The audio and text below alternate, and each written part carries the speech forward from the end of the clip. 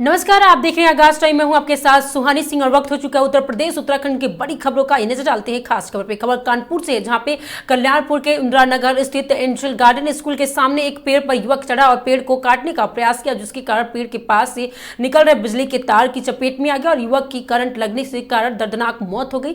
मौके पर अनेकों छात्रावास इकट्ठे हो गए और क्षेत्रीय इंदिरा नगर चौकी पुलिस भी मौके पर मौजूद है और युवक के शव को उतरवाया। और वहीं मामले के थाना प्रभारी कल्याणपुर संतोष कुमार ने जानकारी देते हुए बताया कि इस तरीके की घटना सामने आई है। मौके पर क्षेत्रीय चौकी पुलिस वहां पर उपस्थित है और मामले में जांच पड़ताल चल रही है।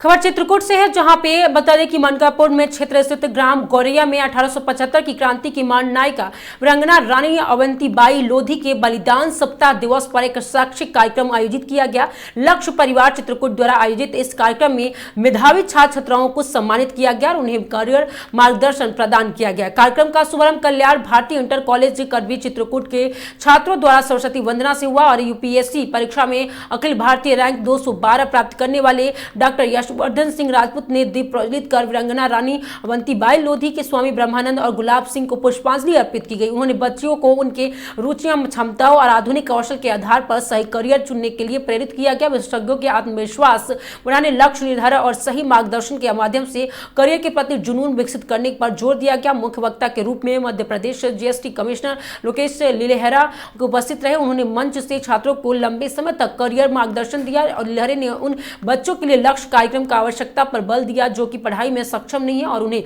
अपनी पसंद का काम करने के लिए प्रेरित किया गया ताकि वो अपनी पूरी तरह से क्षमता का उपयोग कर सके। उन्होंने माता पिता और शिक्षकों से बच्चों की क्षमता पर विश्वास करने का, उन्हें मानसिक सहारा देने का आग्रह किया। साथ ही उन्होंने स्पष्ट किया कि अकादमिक और पेशेवर लक्ष्य निर्धारित करने में मदद करने के बदलते अवधिक रोजगार बाजार अनुसार तकनीक कौशल सीखने के लिए प्रेरित किया जाए। समारोह का लोकेशन लहर ने वर्ष 2024-25 और 2026 की बोर्ड परीक्षाओं में उत्कृष्ट प्रदर्शन करने वाले मेधावी छात्र छात्राओं को सम्मानित किया गया। उन्हें के प्रस्तावित पत्र और वीरांगना महारानी अवंतीबाई लोधी तथा स्वामी ब्रह्मानंद की तस्वीरें भी भेंट की गई। इस अवसर पर मुख्य वक्ता के रूप में उपस्थित डॉक्टर कुलदीप सिंह बिलहरीलाल और शशिकांत ललितपुर, नरेंद्र झांसी, शिवपाल सिंह महोबा, टीटी साहब बांदा, उप जिलाधिकारी मनकापुर मोहम्मद जसीम भी उपस्थित रहे। उन्होंने छात्र छात्राओं को शिक्षा के विषय महत्वपूर्ण जानकारी दी और कार्यक्रम की सराहना की। लक्ष्य परिवार की राठ, हमीरपुर, झांसी, संतना, महोबा, ललितपुर, बांदा और चित्रकूट सहित विभिन्न टीमें इस कार्यक्रम में मौजूद रही।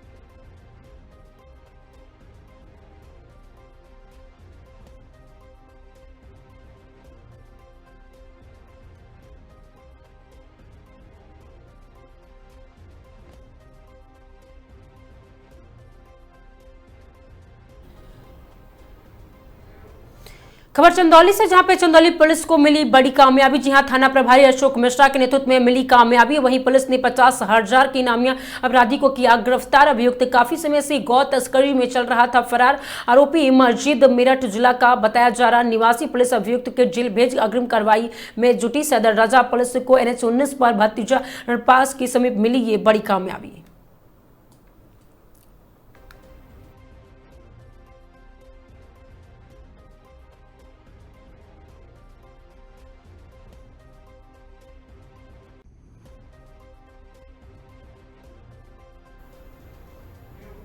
खबर सिद्धार्थनगर से, जहां पे सिद्धार्थनगर के डुमरियागंज में आज आम आदमी पार्टी के राज्यसभा सांसद संजय सिंह का आगमन हुआ। इस दौरान उन्होंने एक प्रेस कॉन्फ्रेंस पर केंद्र और प्रदेश की भाजपा सरकार पर जमकर निशाना साधा। प्रेस कॉन्फ्रेंस के दौरान राज्यसभा सांसद संजय सिंह ने कहा कि मौजूदा सरकार ने आम जनता को हर चीज के लिए लाइन में खड़ा कर दिया। उन्होंने कहा कि कभी गैस सिलेंडर तो कभी लाइन लगानी पड़ रही है, तो कभी अन्य जरूरी चीजों के लिए लोग परेशान हो रहे हैं। संजय सिंह ने सरकार पर आरोप लगाते हुए कहा कि जनता महंगाई और व्यवस्थाओं के बदहाली से परेशान है, लेकिन सरकार सिर्फ दावे कर रही है। उन्होंने कहा कि जनता की समस्याओं का समाधान करने के बजाय सरकार लोगों को लाइन में खड़ा करने का काम कर रही है।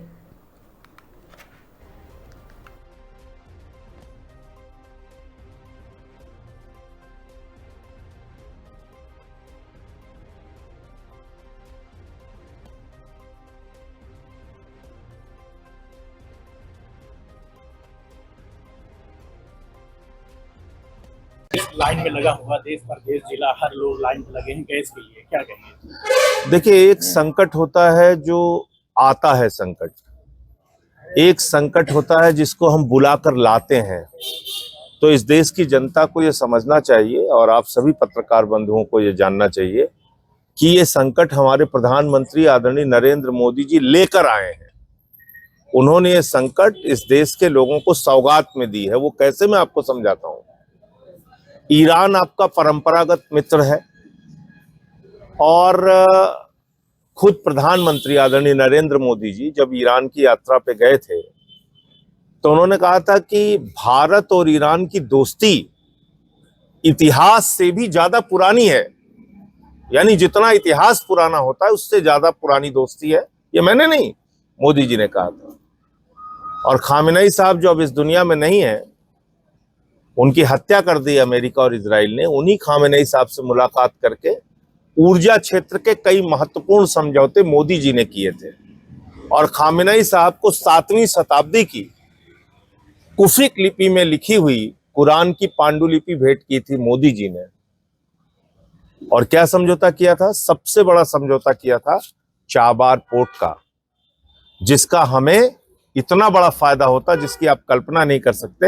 हम पाकिस्तान को बाईपास करके अपना व्यापार उस पूरे क्षेत्र में फैला सकते थे। ये चाबार पोर्ट का हमारे लिए महत्व है। और प्रधानमंत्री ने उसका बखान भी किया, हजारों करोड़ रुपए वहां पे इन्वेस्ट किया। ट्रंप ने डांट लगाई, चाबार पोर्ट छोड़ के आप चले आए। और 2024 में, ज्यादा दूर मत जाइएगा, जब ईरान के राष्ट्रपति की हेलीकॉप्टर के दुर्घटना में मृत्यु हुई तो आदरणीय प्रधानमंत्री जी ने राष्ट्रीय शोक घोषित किया। हमारे झंडे झुके रहे। ये बात इस देश के लोगों को जानना चाहिए और खास तौर से बीजेपी के लोगों को जानना चाहिए जो विरोध कर रहे हैं इस वक्त।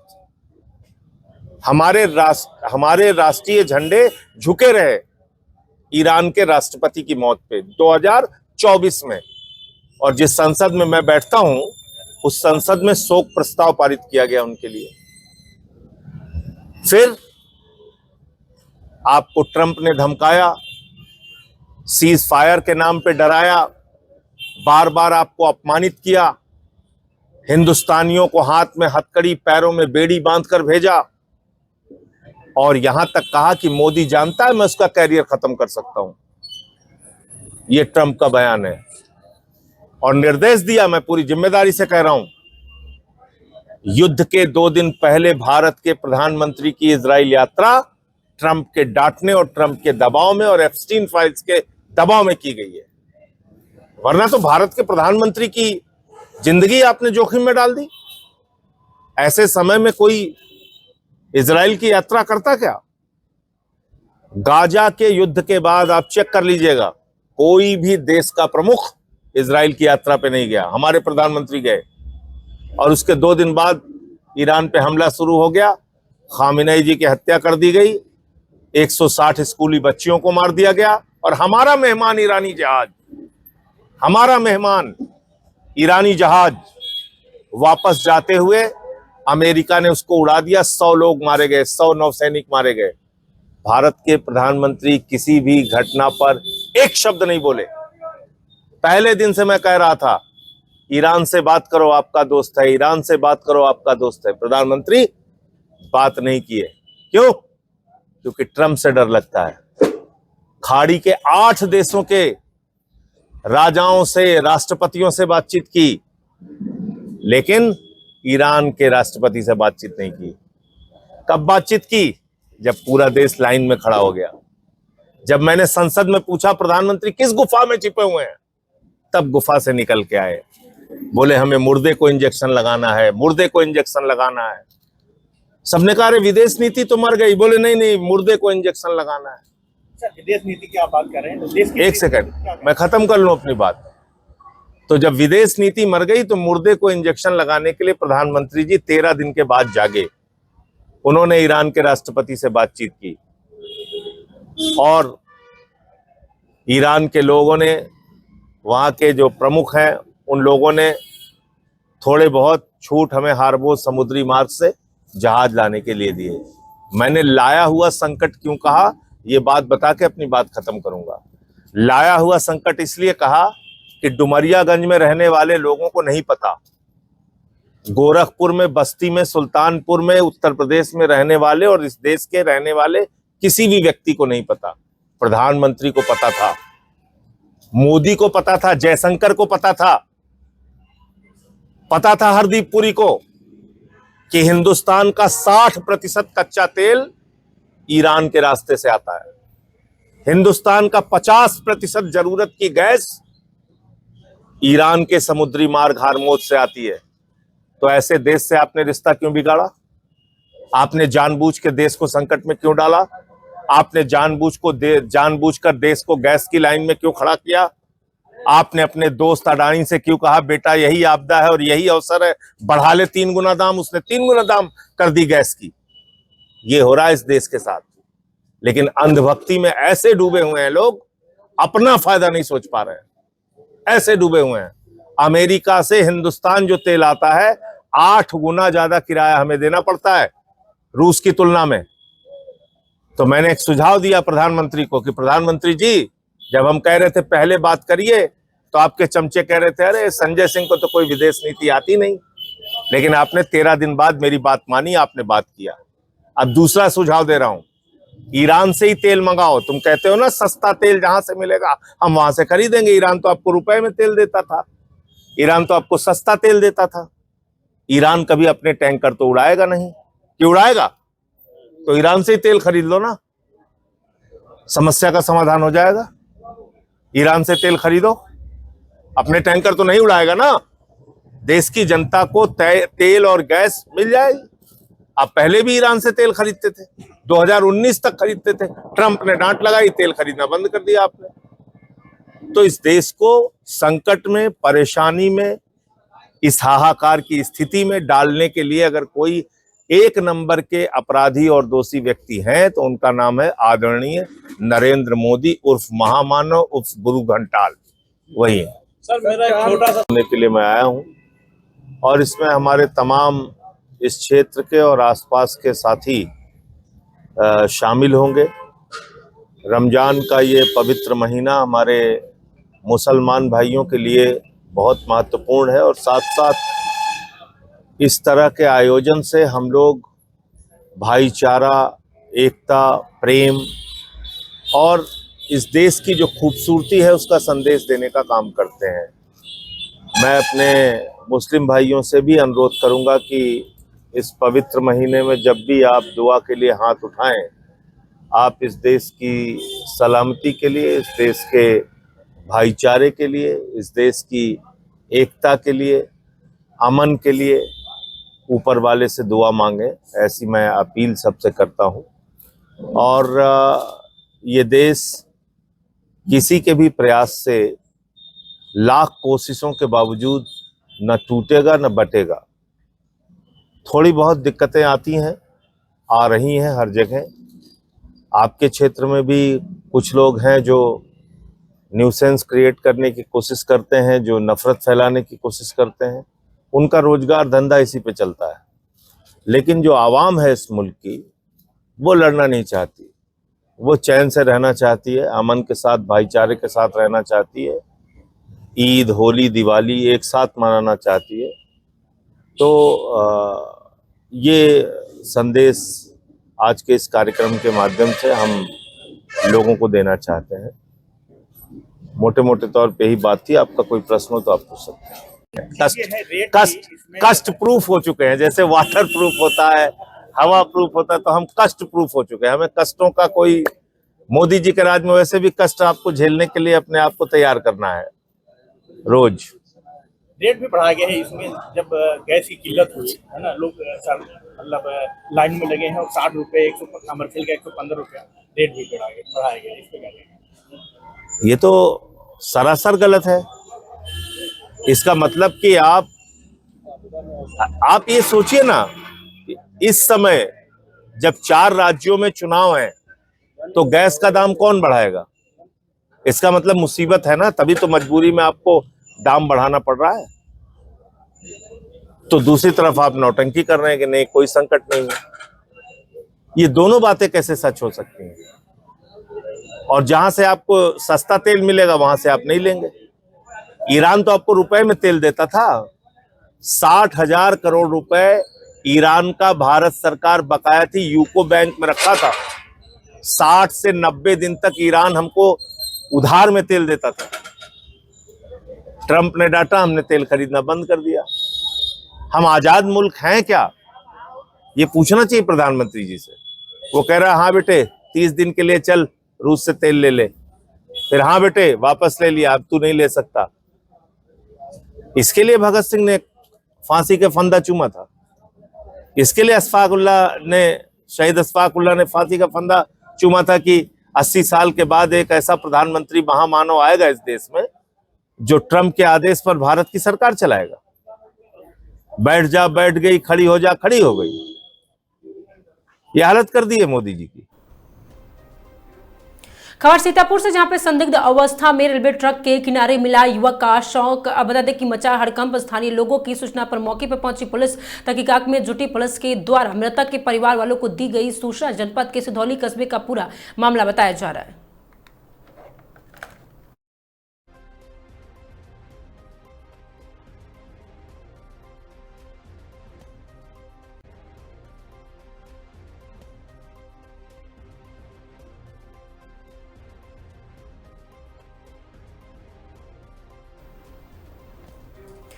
खबर जौनपुर से, जहां पे दबंग ने युवक की पीट कर की हत्या। पत्नी से अवैध संबंध के शक पर होने की गई हत्या। सूचना पर पहुंची पुलिस शव को लिया कब्जे में। पुलिस तहरीर के आधार पर मुकदमा दर्ज कर कार्रवाई में जुटे। जौनपुर जिले के चंदनवक थाना क्षेत्र की ये घटना बताई जा रही है।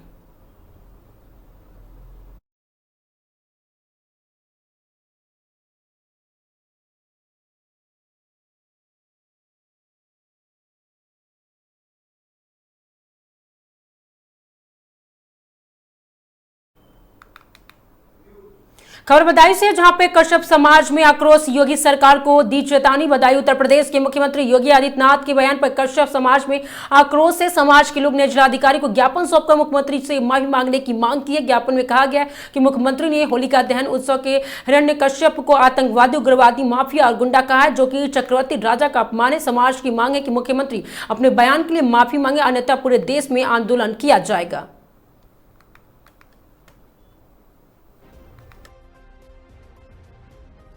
क्या नाम है आपका? और मालवीय आवास गृह पे ये सभी लोग कश्यप समाज के जो बैठे हुए हैं, तो क्या मांगे लेके बैठे हैं?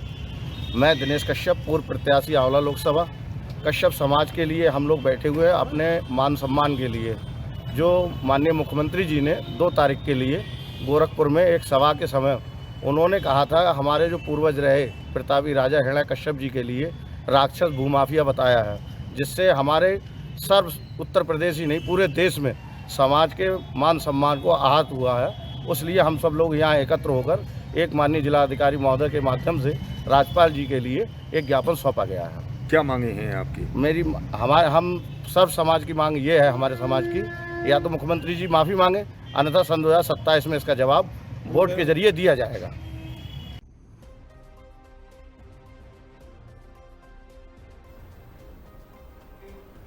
खबर बदायूं से, जहां पे जनपद बदायूं में बेटे के साथ बाइक पे बैठकर आ रही महिला अचानक बाइक से गिरकर हुई दर्दनाक, उसके मौके पे मौत। परिवार में मचा कोहराम है। जनपद बदायूं के अल्लापुर थाना क्षेत्र के गांव कुंदन नगला की रहने वाली 68 सुरमेवती पत्नी राजेंद्र सिंह कल शाम के समय अपने बेटे कुलदीप के साथ अपने रिश्तेदार उजानी से बाइक द्वारा अपने घर वापस आ रही थी और इसी बीच कादर चौक के थाना क्षेत्र के बदायूं कादर चौक रोड पर असराशी अबुदय के कोल्ड स्टोर के पास महिला अचानक चलती बाइक से गिर गई और गिरकर उसकी मौके पर ही दर्दनाक मौत हो गई। बेटे ने एम्बुलेंस द्वारा मेडिकल कॉलेज पहुंचाया। डॉक्टर ने देखते ही देखते उसे मृत घोषित कर दिया और पुलिस को सूचना दी। सूचना मिलते ही पुलिस मेडिकल कॉलेज पहुंची और सुमरावती शव को कब्जे में लेकर पोस्टमार्टम के लिए भेज दिया है।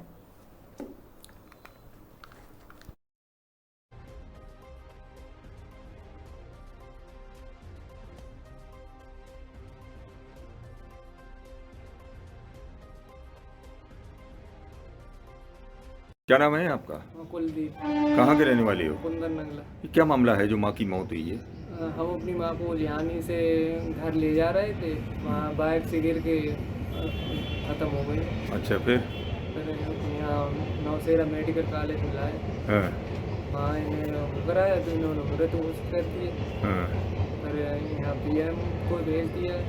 अच्छा, हमारे मना करने पर भी। मना करने पे क्या नाम था माँ का? सुरेमवती।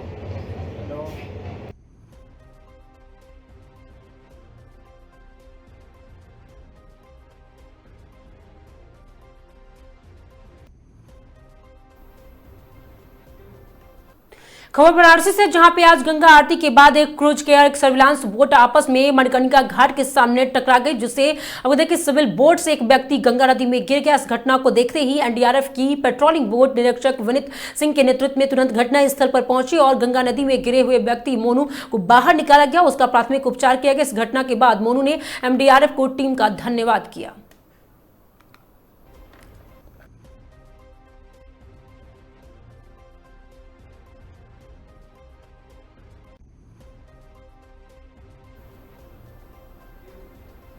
खबर महोबा से, जहां पे चरखारी में क्षेत्र पंचायत निधि पर सवाल। बगदादी की बैहारी गांव की गौशाला के सोलर पेयजल टंकी में घोटाले का आरोप लगा है। लाखों खर्च के बावजूद एक बूंद पानी नहीं आया। ग्रामीणों ने क्षेत्र पंचायत सदस्यों की उच्च स्तरीय जांच की मांग की है। चरखारी विकास खंड की ब्लॉक प्रमुख सीमा कुशवाहा ने क्षेत्र पंचायत निधि से कराए गए बैहारी गांव के गौशाला में सोलर पेयजल टंकी कार्यों को लेकर विवाद गहराता जा रहा है। गौशाला में स्थापित इस टंकी की गुणवत्ता पर ग्रामीणों ने गंभीर सवाल उठाए हैं। उनका आरोप है कि लाखों रुपए खर्च किए जाने के बावजूद कार्य मानकों के अनुरूप नहीं कराया गया है। ग्रामीणों का कहना है कि ब्लॉक प्रमुख सीमा कुशवाहा के कार्यालय में क्षेत्र पंचायत निधि से बैराही गांव के गौशाला में सोलर पेयजल टंकी लगवाई गई और इस कार्य पर करीब 8 से 10 लाख रुपए का ऑनलाइन भुगतान दिख रहा है, लेकिन जमीनी स्तर पर कार्य की गुणवत्ता बेहद ही खराब बताई जा रही है। सोलर पेयजल टंकी की संरचना कमजोर है, पाइपलाइन और फिटिंग का कार्य निम्न स्तर का तथा सोलर पैनलों के पद्धति की स्थापना भी तकनीकी मानकों के अनुरूप नहीं की गई है। उनका कहना है कि यदि वास्तव में प्रति कार्य इतने लाख रुपए खर्च किए गए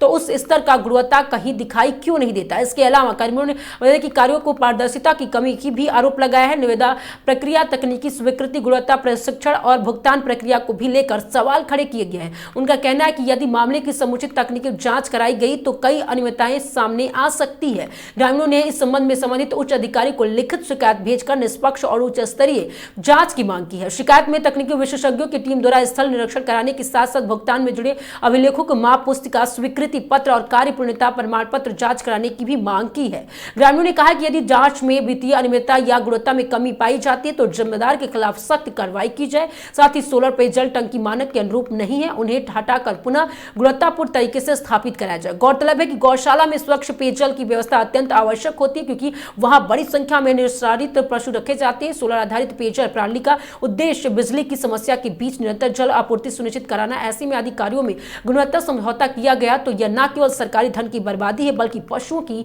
हितों की भी अनदेखी है।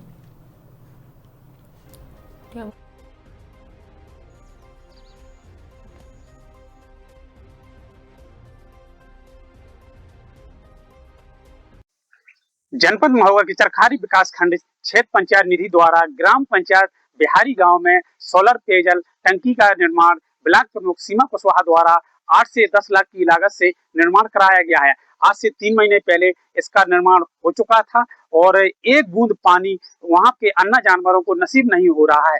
इतनी भारी भरकम रकम को वहां पे खर्च किया गया है और सोलर पेयजल से एक भी बूंद नसीब नहीं हो रहा है अन्य जानवरों को। ग्राम प्रधान द्वारा अलग से पानी की पेयजल की व्यवस्था की गई है, लेकिन यहाँ पे यह मामला यहाँ तक नहीं रुका है।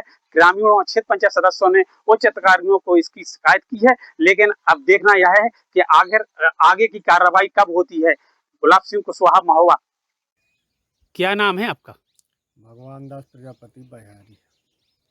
सौर ऊर्जा पेयजल टंकी आपकी गौशाला में लगी है, तो ये कब लगी थी, किसने लगवाई थी? ये ब्लॉक प्रमुख चरखारी द्वारा लगी हुई है और ये 3 महीने लगे हो गए। उस दिन से पानी भी नहीं आया, एक भी दिन चालू नहीं है। जो ये गौओं के लिए पानी है तो अपना अलग से सबमर्सिबल डाल के ही पिलाते हैं। आपने इसकी सूचना दी कि पानी नहीं आ रहा है? जी, कई बार ब्लॉक प्रमुख को फ़ोन करके अवगत कराया। क्या कहा उन्होंने? चालू हो जाएगा कह रहे थे। अभी तक तो चालू हुआ नहीं है। नहीं। खबर कानपुर से, जहां पे कल्याणपुर के आशा देवी मंदिर में एक डीए के और महंत के मामले में अनेकों साधु संत पहुंचे, थाने दिया शिकायती पत्र, प्रार्थना पत्र। वहीं महंत के अपने ऊपर लगे आरोपों को बताया निराधार। शहर के प्रसिद्ध आशा देवी मंदिर के जुड़े विवाद ने गंभीर रूप ले लिया है और दरअसल पूरा मामला इस प्रकार है कि बीते दिनों केडीए के कुछ अधिकारी क्षेत्रीय पुलिस बल के साथ मां आशा देवी मंदिर प्रांगण पहुंचे और किसी जांच पड़ताल के नाम पर इस दौरान किसी बात को लेकर डीए के अधिकारियों और मंदिर के महंत आशुतोष गिरी के बीच झड़प हो गई और उसके बाद के डीए के टीम वहां से वापस चली गई और कल्याणपुर थाने में महंत के खिलाफ शिकायती प्रार्थना पत्र देकर गंभीर आरोप लगाए गए। जिसके बाद कल्याणपुर थाने पुलिस ने महंत के ऊपर मुकदमा दर्ज कर लिया, जिसको लेकर मंदिर के महंत आशुतोष गिरी के साथ कई साधु संत कल्याणपुर थाने पहुंचे हैं और केडीए की टीम के ऊपर गंभीर आरोप लगाए गए। थाना प्रभारी कल्याणपुर को प्रार्थना पत्र दिया गया है। अपने ऊपर लगे आरोपों को निराधार बताया जा रहा है।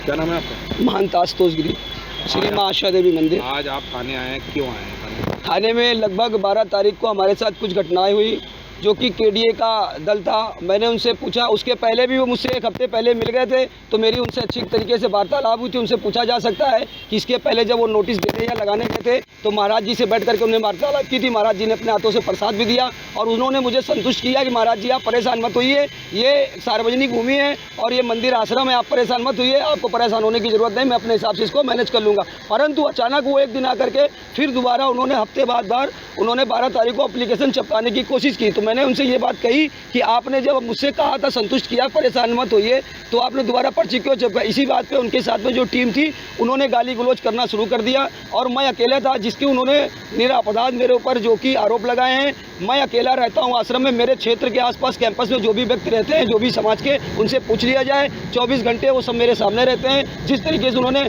पालतू कुत्ते का जो जिक्र किया, कुत्ते के गले में पट्टा नहीं, उसकी जांच कर ली जाए, जो भी साक्ष्य। महाराज जी, आपके ऊपर FIR भी दर्ज हुई है थाने में, करीब 5 लोग अज्ञात भी है, तो उनकी तरफ से, सुपरवाइजर की तरफ से ये भी कहा गया कि आपके द्वारा मारपीट करी गई है। तो मैं ये कहना चाहूँगा, अज्ञात व्यक्ति जो है उनके 5 के नाम दिए जाएँ, वीडियो में वो 5 आदमी व्यक्ति दिखाए जाएँ और वहाँ जो ईटा पत्थर की बात कहेगी वो फेंकेगा, वो ईटा पत्थर की फुटेज दी जाए और वहाँ जो डंडा लाठी 5 लोगों की बात कहेगी वो 5 लाठी डंडा। जिलाधिकारी से मिलने गए थे, क्या आश्वासन मिला? जिलाधिकारी ने कहा है कि आप परेशान मत होइए, मैं नीचे लोगों पूछ करके बात करके जानकारी देके निष्पक्ष जांच करने और जो भी हमारे सार्वजनिक स्थान होते हैं उस पर किसी का अस्तित्व नहीं, ना ही केडीए ना नगर निगम, जो भी स्वयंभू सिद्धपीठ से जुड़ा हुआ आशा देवी मंदिर से, और मंदिर पहले था, केडीए नगर निगम बाद में थी, ये याद रहे। आज थाने आए थे, क्या यहाँ पे क्या बातचीत हुई? थाने में हमारी इंस्पेक्टर साहब से ये बात हुई, उन्होंने मुझे संतुष्टि दी है कि महाराज जी कोई भी FIR अगर की गई तो उसका इतना बड़ा प्रभाव नहीं, उसकी जाँच भी होती है और मेरी तरफ से जो दरखास्त दी गई उन्होंने कहा उसकी भी जाँच होगी और दोनों के जो साक्ष्य होंगे तथ्य आपके सामने महाराज जी रखे जाएंगे और जहाँ कोई दिक्कत होगी मैं आपसे उनसे संपर्क करूँगा। आगे चीजें खत्म नहीं होती तो आगे क्या करेंगे?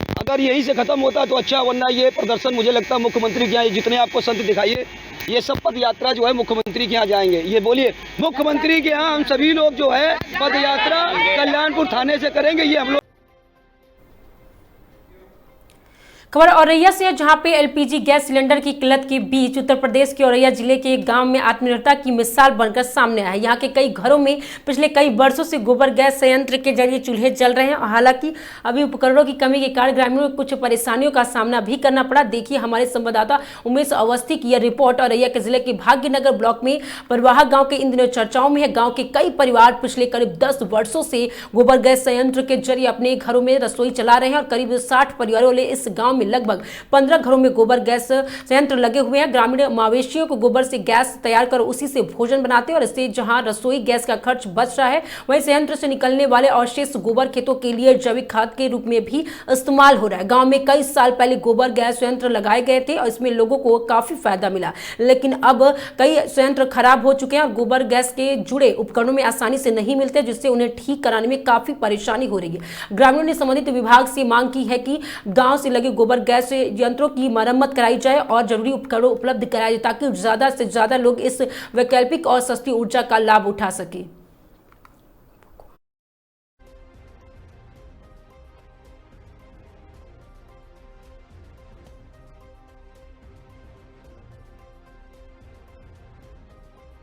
क्या नाम है आपका?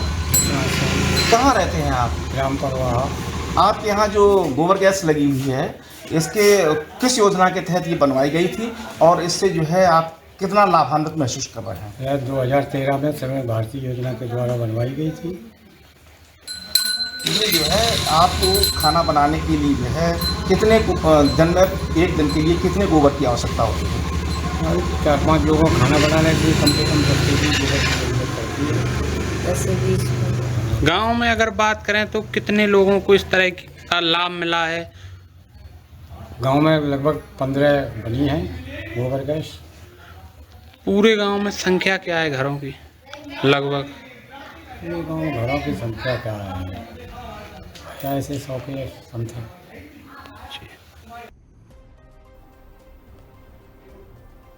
खबर गाजियाबाद से है, जहां पे बदाई कॉलोनी में एक बैंक मैनेजर को गोली मारने की घटना सामने है। जानकारी के अनुसार मैनेजर को सीने में लगी गोली। पुलिस ने जांच में जुटी हुई पुलिस ने आरोपियों की गिरफ्तारी के लिए 4 टीमों का गठन किया है। Punjab and Sind bank branch की घटना में बैंक मैनेजर अभिषेक उम्र 36 वर्ष बताई जा रही है। अस्पताल में हुई उनकी मौत।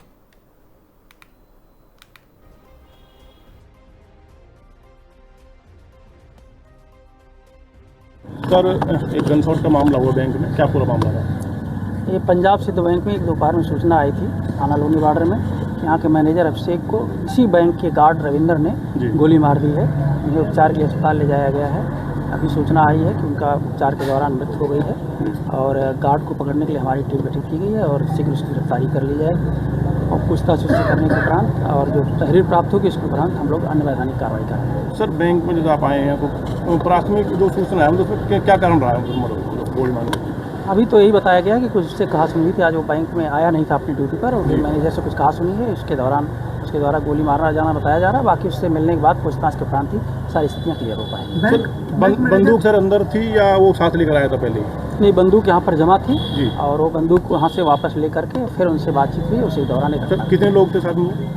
अभी तो उसी का नाम आया प्रकाश में। बाकी हम लोग और छानबीन कर रहे हैं और अगर कोई इसमें होगा तो इसका भी उसको हम लोग क्या कुछ वजह रही हत्या करने की? जैसा कि मैंने आपको बताया कि उनसे कुछ कहा सुनी है, उसी के दौरान उसके द्वारा गोली चलाई गई है। अब बाकी अभी छानबीन के उपरांत ही पता चलेगा। हम लोग छानबीन कर रहे हैं, विवेचना कर रहे हैं और कोई तथ्य होगा तो आप लोगों को अवगत। बैंक में कितने पुलिसकर्मी की ड्यूटी लगी थी?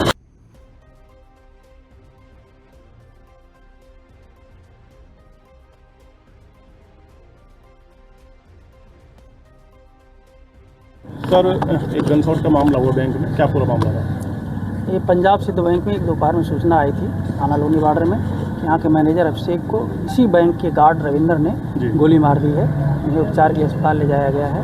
अभी सूचना आई है कि उनका उपचार के दौरान मृत्यु हो गई है और गार्ड को पकड़ने के लिए हमारी टीम गठित की गई है और शीघ्र उसकी गिरफ्तारी कर ली जाएगी और पूछताछ उससे करने के उपरांत और जो तहरीर प्राप्त होगी उसके उपरांत हम लोग अन्य वैधानिक कार्रवाई करेंगे। सर, बैंक में जो आप आए हैं तो प्राथमिक जो सूचना है उसमें क्या कारण रहा है गोली मारने?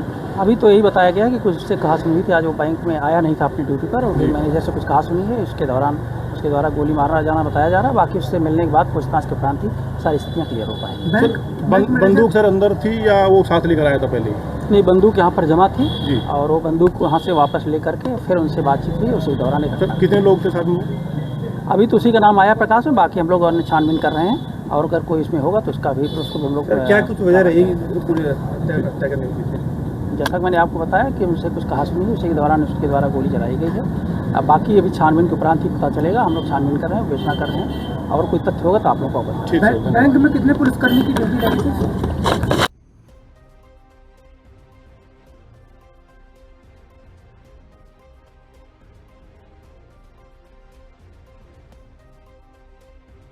सर एक गनशॉट का मामला हुआ बैंक में, क्या पूरा मामला था? ये पंजाब सिद्ध बैंक में एक दोपहर में सूचना आई थी थाना लोनी बॉर्डर में कि यहाँ के मैनेजर अभिषेक को इसी बैंक के गार्ड रविंदर ने गोली मार दी है। उन्हें उपचार के लिए अस्पताल ले जाया गया है। अभी सूचना आई है कि उनका उपचार के दौरान मृत्यु हो गई है और गार्ड को पकड़ने के लिए हमारी टीम गठित की गई है और शीघ्र उसकी गिरफ्तारी कर ली जाएगी और पूछताछ उससे करने के उपरांत और जो तहरीर प्राप्त होगी उसके उपरांत हम लोग अन्य वैधानिक कार्रवाई करेंगे। सर बैंक में जब आप आए हैं तो प्राथमिक जो सूचना है उसमें क्या कारण रहा है गोली मारने? अभी तो यही बताया गया कि कुछ उससे कहा सुनी थी। आज वो बैंक में आया नहीं था अपनी ड्यूटी पर और मैनेजर से कुछ कहा सुनी है, इसके दौरान उसके द्वारा गोली मारा जाना बताया जा रहा है। बाकी उससे मिलने के बाद पूछताछ के उपरांत ही सारी स्थितियाँ क्लियर हो पाएंगी। बंदूक सर अंदर थी या वो साथ लेकर आया था पहले? नहीं, बंदूक यहाँ पर जमा थी और वो बंदूक वहाँ से वापस लेकर के फिर उनसे बातचीत हुई, उसी दौरान कितने लोग थे साथ में? अभी तो उसी का नाम आया प्रकाश में, बाकी हम लोग और छानबीन कर रहे हैं और अगर कोई इसमें होगा तो उसका भी उसको हम लोग क्या कुछ वजह रही पूरी हत्या करने की पीछे? जैसा कि मैंने आपको बताया कि उनसे कुछ कहा सुनी, उसी के दौरान उसके द्वारा गोली चलाई गई है। अब बाकी अभी छानबीन के उपरांत ही पता चलेगा। हम लोग छानबीन कर रहे हैं, विवेचना कर रहे हैं और कोई तथ्य होगा तो आप लोग को अवगत। बैंक में कितने पुलिसकर्मी की ड्यूटी लगी थी?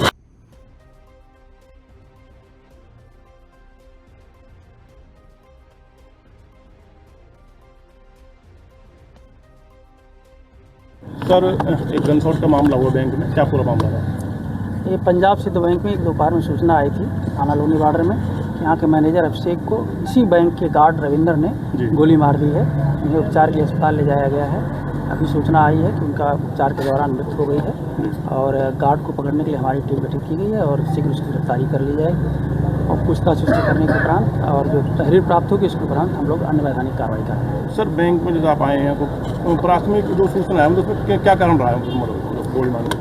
अभी तो यही बताया गया कि कुछ उससे कहा सुनी थी। आज वो बैंक में आया नहीं था अपनी ड्यूटी पर और मैनेजर से कुछ कहा सुनी है, उसके दौरान उसके द्वारा गोली मारा जाना बताया जा रहा है। बाकी उससे मिलने के बाद पूछताछ के उपरांत ही सारी स्थितियाँ क्लियर हो पाएंगी। बंदूक सर अंदर थी या वो साथ लेकर आया था पहले? नहीं, बंदूक यहाँ पर जमा थी और वो बंदूक वहाँ से वापस लेकर के फिर उनसे बातचीत हुई, उसी दौरान कितने लोग थे साथ में? अभी तो उसी का नाम आया प्रकाश में, बाकी हम लोग और छानबीन कर रहे हैं और अगर कोई इसमें होगा तो उसका भी उसको हम लोग। क्या कुछ वजह रही पूरी हत्या करने की पीछे? जैसा कि मैंने आपको बताया कि उनसे कुछ कहा सुनी, उसी के दौरान उसके द्वारा गोली चलाई गई है। अब बाकी अभी छानबीन के उपरांत ही पता चलेगा। हम लोग छानबीन कर रहे हैं, विवेचना कर रहे हैं और कोई तथ्य होगा तो आप लोग को अवगत। बैंक में कितने पुलिसकर्मी की ड्यूटी लगी? खबर बहराइच से, जहां पे बहराइच लखनऊ मार्ग पर भीषण सड़क हादसा। सड़क पर गिरे यात्री अभी के ओवरटेक के चक्कर में बहराइच लखनऊ मार्ग पर दो ऑटो की जोरदार भिड़ंत हुई। दो ऑटो की आमने सामने जोरदार टक्कर में करीब 10 यात्री हुए घायल। उधर रिसोर्ट के पास सड़क हादसा सामने टकराने से बताया कि दो ऑटो कई लोग हुए घायल। तेज रफ्तार और ओवरटेक बने हादसे के कारण दो ऑटो की टक्कर से मची अफरा तफरी। बुद्धार रिसोर्ट के सामने भीषण सड़क हादसा, घायलों को भेजा गया अस्पताल। पुलिस और राहगीरों में चलाया राहत अभियान और सभी घायलों को पहुंचाया गया मेडिकल कॉलेज बहराइच।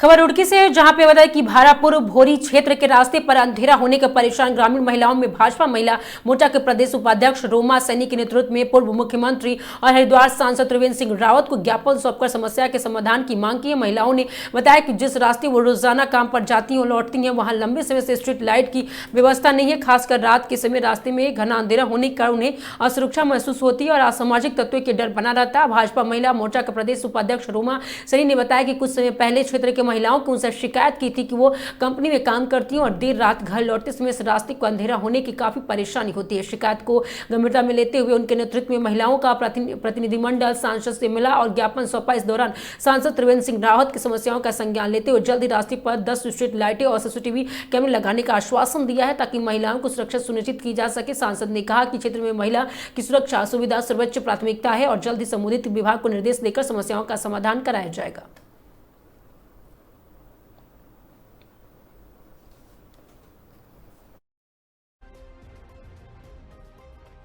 सबसे पहले तो मैं सभी को नमस्ते करना चाहती हूँ और मैं कहना चाहती हूँ कि हमारे समाज से बहुत सारी औरतें कंपनियों में काम करने के लिए जाती थी। कभी उनका फोन छीन लिया जाता था, कभी चैन छीन ली जाती थी। कोई बात करता हुआ जा रहा, रास्ते में अंधेरे का सहारा लेकर लड़कियों को छेड़ा जाता था, बदतमीजपना भी किया जाता था।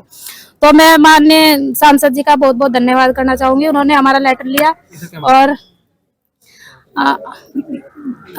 कहा कि 10 लाइटें और 10 कैमरे हमारे रास्ते में लगाए जाएंगे। उनका बहुत बहुत धन्यवाद और हमारी बहनों का भी जो साथ में आई हैं उनका भी बहुत बहुत धन्यवाद।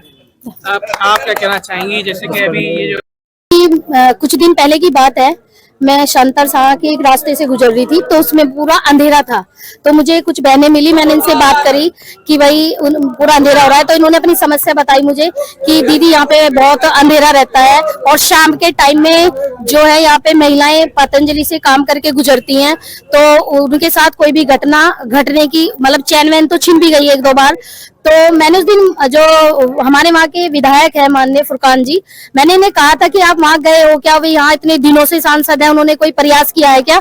तो कह रही वो तो यहाँ आकर भी नहीं झांकते, इन लोगों ने बताया मुझे और कभी हमें पता भी नहीं है विधायक कौन है हमारे फुरकान जी। तो आज मैं आप लोगों के माध्यम से फुरकान जी से भी कहना चाहूंगी कि मैंने उस दिन वीडियो में बोला था कि मैं माननीय सांसद जी से, जो हमारे यहाँ के लोकसभा सांसद हैं श्रीमान त्रिवेंद्र जी, उनसे आपके कार्य के बारे में बात करूंगी। तो आज मैंने उनसे कल उनके आवास पे जाके बात की थी। आज वो आवेदन हमने उन्हें दिया है और माननीय सांसद जी ने हमें आश्वस्त किया है कि मैं कुछ ही समय में वहां पर लाइट साथ में मैं कैमरे भी लगवाऊंगा, क्योंकि हमारी भारतीय जनता पार्टी की जो सरकार है वो महिलाओं की सुरक्षा को बहुत ध्यान में रखती है और अभी उनके संज्ञान में मामला आया तो आने वाले समय में माननीय सांसद जी की ओर से वहां पे लाइट, उस रोड पे लाइट 10 लाइटें और कैमरे लगेंगे। और मैं अब सभी बहनों की तरफ से माननीय सांसद जी का बहुत बहुत धन्यवाद और आभार व्यक्त करना चाहूंगी। और मैं आज यहाँ भोरी ग्राम में खड़ी होकर जो यहाँ से सबसे ज्यादा वोट लेकर जाते हैं कांग्रेस के विधायक फुरकान जी, मैं कहना चाहूंगी कि वो क्षेत्र में निकले और देखे उन्होंने पिछले 14-15 सालों में क्या विकास किया है। और इस बार हम सब बहनों ने ठाना है कि जो माननीय हमारे विधायक है कांग्रेस के फुरकान जी, हम जनता के बीच में जाएंगे और उनके कामों को दिखाएंगे कि उन्होंने क्या काम किया है। अगर भारतीय जनता पार्टी का विधायक यहाँ होगा तो वो बहुत जल्दी विकास करेगा और विधानसभा पिरान कलियर को एक नए ऊंचे आयामों पर ले जाकर जाएगा। यहाँ पर एक हमारे हिंदू समाज है कश्यप, और कुछ झगड़ा हो गया था तो उस झगड़े में माननीय सांसद जी ने के कल संज्ञान में आया और उन्होंने आज आके देखा यहाँ पर, तो उन्हें लगा ये झगड़ा जेन्युइन था, मतलब कि उन्हें लगा कोई झूठ नहीं बोल रहा है, झगड़ा हुआ है। और जो हमारे हिंदू समाज के लोग हैं उन्हें बहुत 3-4 को इतनी गहरी चोट लगी हुई है, वो देखा है उन्होंने। लेकिन मैं एक बहुत खुशी के साथ कहना चाहूंगी कि यहाँ के जो उमेश कुमार जी हैं चौकी इंचार्ज, उनकी सभी ने तारीफ की है और उन्होंने समय से आकर उसको मतलब कि सिचुएशन को संभाल लिया और बड़ा झगड़ा होने से बचा लिया। तो मैं अपनी ओर से भी अपने यहाँ के चौकी इंचार्ज का बहुत बहुत धन्यवाद और आभार व्यक्त करना चाहूंगी। और माननीय सांसद जी ने भी इसमें संज्ञान लिया और बोला है कि आने वाले एसएसपी से उन्होंने बात की हमारे सामने ही, उन्होंने बोला है कि इस तरह का जो पथराव है ये अप्रिय घटना ना ये घटे, इसको बिल्कुल बहुत सीरियस होकर देखें, ऐसा माननीय सांसद जी बोला है एसएसपी। मुझे मालूम नहीं है वो आई है नहीं है, इसके बारे में मुझे नहीं है। हम आए हैं, हमारे सांसद जी आए हैं और हमारी पूरी भारतीय जनता पार्टी सबके साथ खड़ी है, ये नहीं कि हिंदू समाज के, मुस्लिम समाज के भी साथ खड़ी है।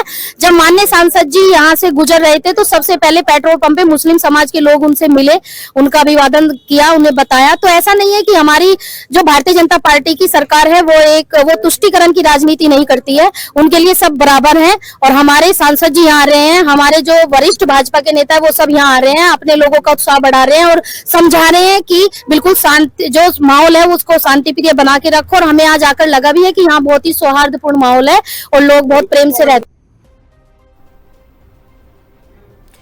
खबर रुड़की से, जहां पे रुड़की से एक बड़ी राजनीतिक खबर सामने आई। वरिष्ठ कांग्रेस नेत्री रितु कंडियाल जुयाल ने अपने समर्थकों के साथ उत्तराखंड क्रांति दल यानी यूकेडी के दामन थाम लिया है। रुड़की के अशोकनगर डंडेरा में आयोजित एक कार्यक्रम में रितु कंडियाल जुयाल ने कांग्रेस पार्टी के अलविदा कह दिया और समर्थकों के साथ यूकेडी के शामिल हो गई। इस मौके पर यूकेडी के केंद्रीय कार्यकारी अध्यक्ष जयप्रकाश, उपाध्यक्ष केंद्रीय महामंत्री राजेंद्र सिंह बिष्ट और केंद्रीय प्रवक्ता राजरतन रावत ने उन्हें फूल माला पहनाकर पार्टी की सदस्यता दिलाई और स्वागत किया। कार्यक्रम को संबोधित करते हुए जयप्रकाश उपाध्याय ने कहा कि कांग्रेस और भाजपा दोनों बारी बारी से उत्तराखंड को नुकसान पहुंचाया। उन्होंने आरोप लगाया कि प्रदेश में बेरोजगारी बढ़ रही है और खनन में भूमाफिया राज्य में संसाधनों का दोहन कर रहे हैं। वहीं यूकेडी के केंद्रीय महामंत्री राजेंद्र सिंह बिष्ट ने कहा कि जिस तरह राज्य आंदोलन में दौरान लोग एकजुट हुए हैं, उसी तरह के एक बार फिर से प्रदेश के हितों के लिए जनता को एकजुट होना पड़ेगा। इस मौके पर रितु कंडियाल जुयाल ने पार्टी नेतृत्व का आभार व्यक्त करते हुए कहा कि यूकेडी उन्हें भी जो भी जिम्मेदारी देगी वह पूरी निष्ठा और ईमानदारी के साथ निभाने का प्रयास करेंगे। कार्यक्रम की बड़ी संख्या में कार्यकर्ता और समर्थक मौजूद रहे।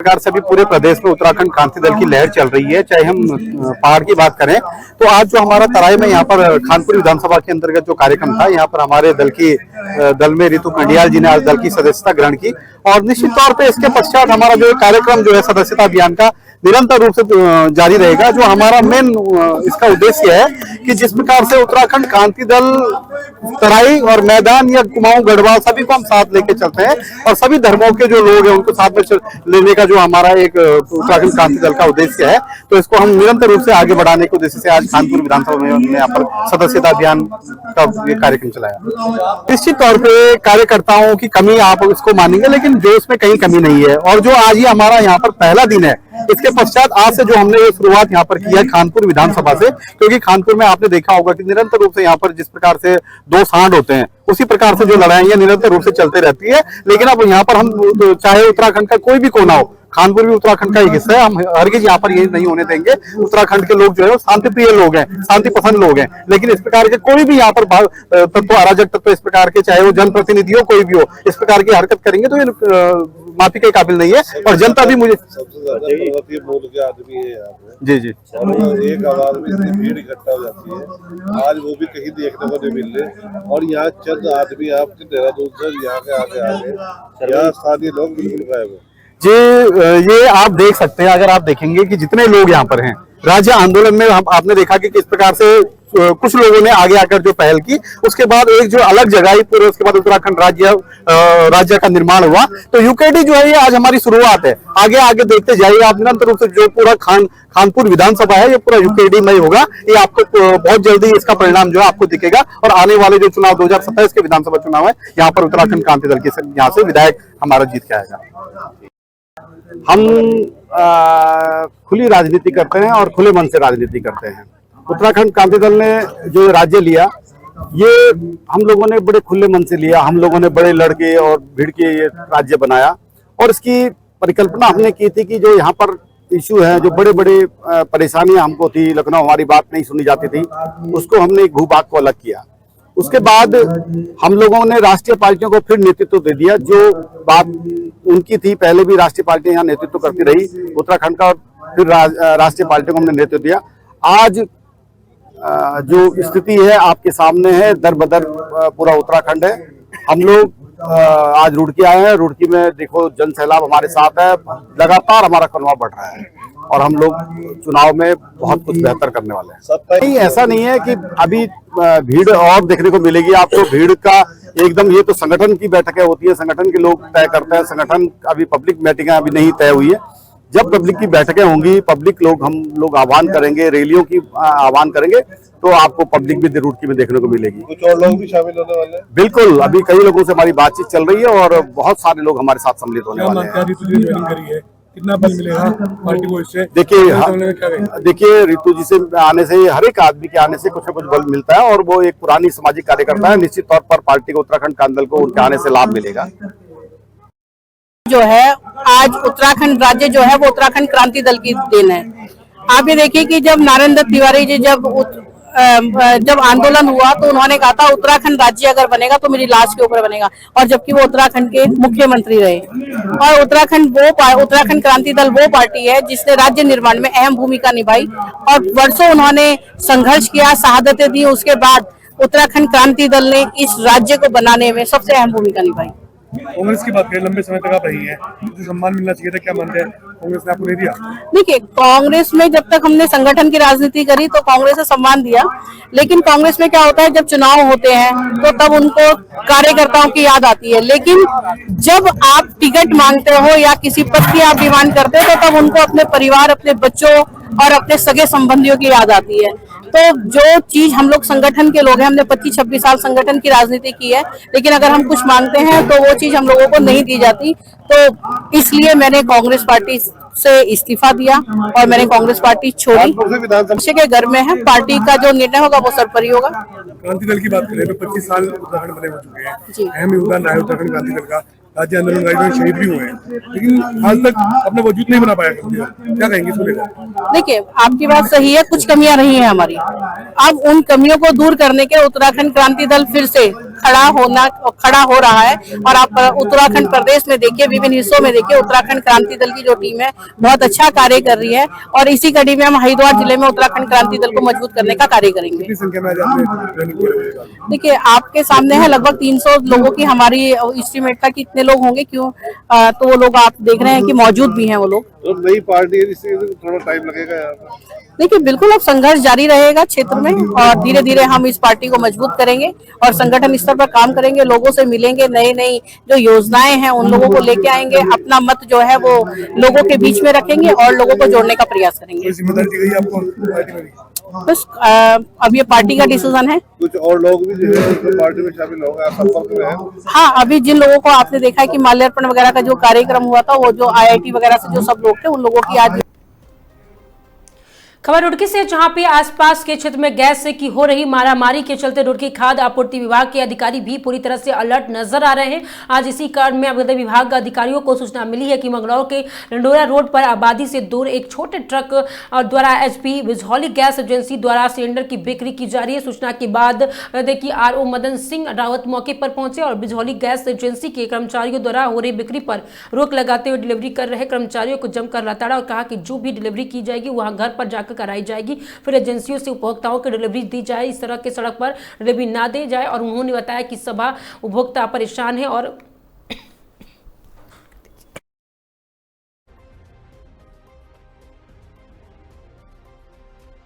यहाँ पे किसी लोगों ने शिकायत की कि रोड के किनारे ये बिजौली गैस एजेंसी वाले हैं, गैस बांट रहे हैं, जबकि इनको स्पष्ट निर्देश है कि होम डिलीवरी करेंगे। यहाँ पे रोड किनारे या वैसे वो नहीं देंगे गैस, केवल होम डिलीवरी होंगी। तो इसलिए यहाँ से इनको कह दिया गया है कि होम डिलीवरी करेंगे। तो सर, बिजौली का ये सेंटर था क्या? इनके कनेक्शन है यहाँ पे, जैसे कनेक्शन इंडियन गैस एजेंसी पर अगर फोन कर रहे हैं तो कॉल भी उठ रही है। इस बात करते हैं, अगर ऐसा है तो मेरे को आप बता दें कौन कौन से ऐसे हैं। बुक हो रही है वहाँ पे? ठीक है, नहीं बुकिंग तो ऑनलाइन है और ऑफलाइन भी, दोनों बुकिंग।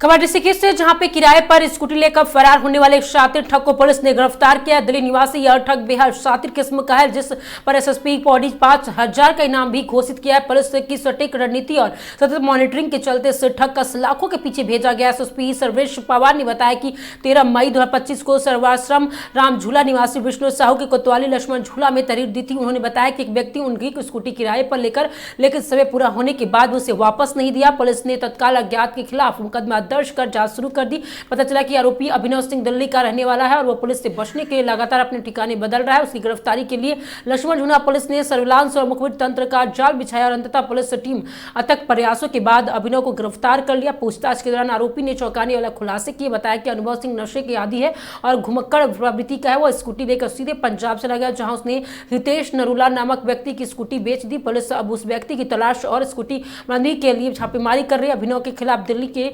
धोखाधड़ी के 2 गंभीर मामले भी दर्ज हैं।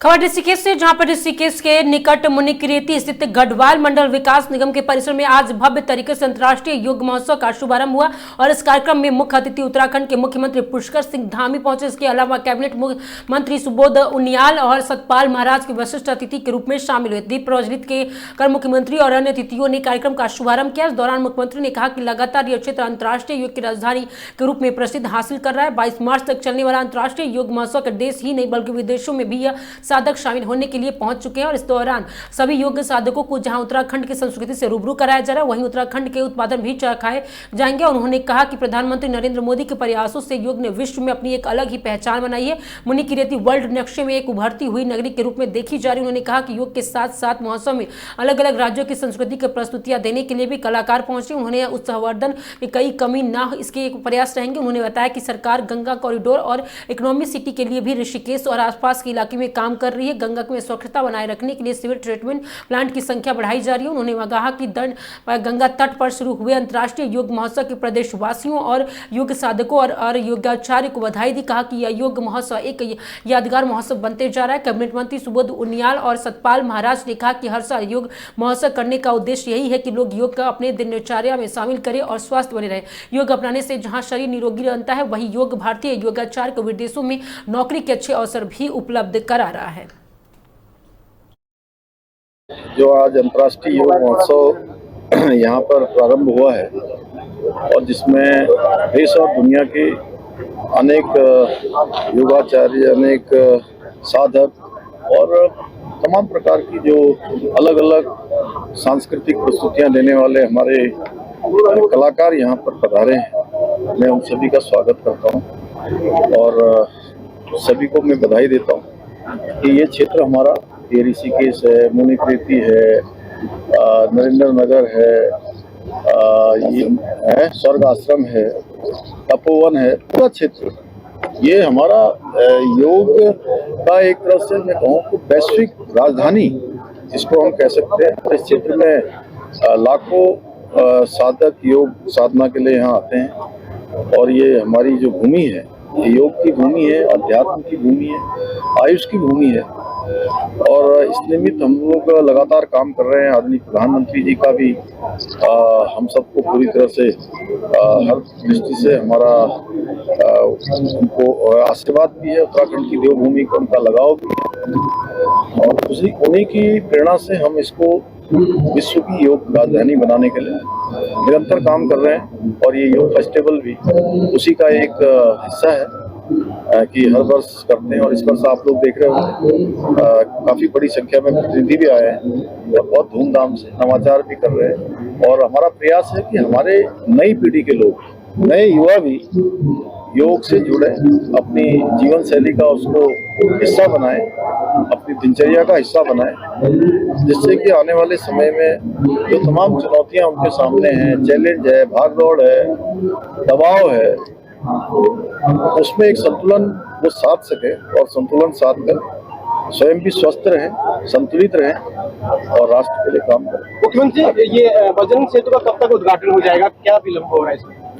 नहीं, इस पर काम लास्ट अंतिम चरण में है और जल्दी ही हो जाएगा। कुछ योग सेंटर भी स्थापित करने की सरकार की तरफ से पहल की जा रही है। 5 जगह जो थोड़ा वो बताओ क्या चीज? योग सेंटर, हाँ, 5 सेंटर बना रहे हैं हम अलग अलग स्थानों पर। इकोनॉमिक स्पिरिचुअल जोन भी बना रहे हैं। और ये क्षेत्र है क्योंकि यहाँ पर इकोनॉमिक सिटी का काम भी चल रहा है बड़े स्तर पर, और ये गंगा कॉरिडोर को भी इसमें इसका भी काम चल रहा है। तो यहाँ पर सीवर की भी कुछ लोगों की मांग थी कि सीवर को, चूँकि उसमें सीवर का ट्रीटमेंट भी किया जाए, तो मैं उसको भी आगे के कार्यक्रमों में आज मैं यहाँ पर कहना चाहता हूँ कि उसको भी हम करवाएंगे। ऋषिकेश में वन भूमि को लेकर लोग काफी चिंतित हैं अभी। उसके लिए हम एक समग्र नीति पर काम कर रहे हैं, उसका हम रास्ता। उत्तर प्रदेश उत्तराखंड की खबरों में आज के लिए सिर्फ इतना ही। देखते रहिए आगाज टाइम।